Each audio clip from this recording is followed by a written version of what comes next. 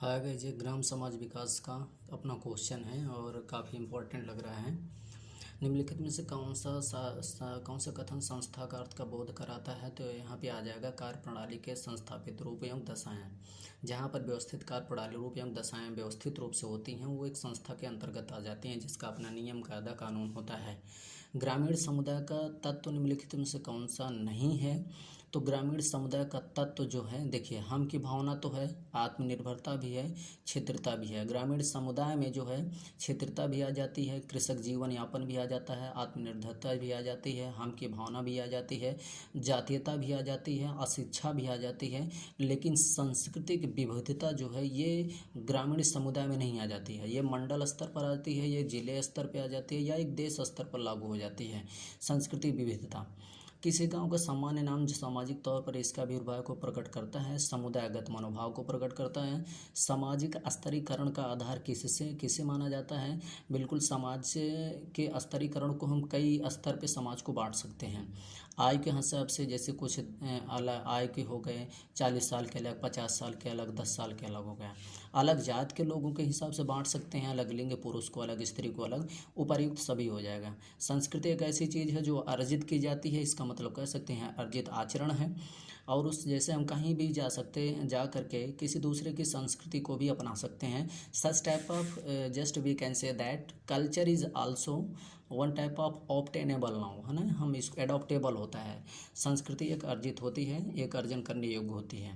प्राकृतिक से निकटता विशेषता किसकी है? कृषक समाज की है। और प्राकृतिक से दूर रहने की जो विशेषता है वो नगरीय समाज की होती है।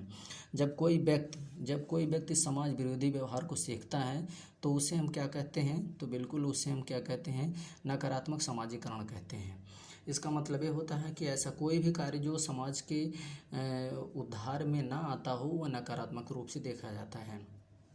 फिर इसमें बता रहा है कि निम्न में सामाजिक नियंत्रण का कौन सा साधन जनरीति है? तो हम कह सकते हैं नमस्ते करना जो है निम्नलिखित में से जो है समाज को नियंत्रण करने के साधन जनरीत है। अच्छा, नमस्ते करने से आशय ये होता है कि हर व्यक्ति को या किसी भी व्यक्ति को, बच्चे को, स्टूडेंट को, विद्यार्थी को पता रहना चाहिए कि किस बड़े से नमस्ते करना है, पाँव छूना है, पाँव अभिवादन करना है।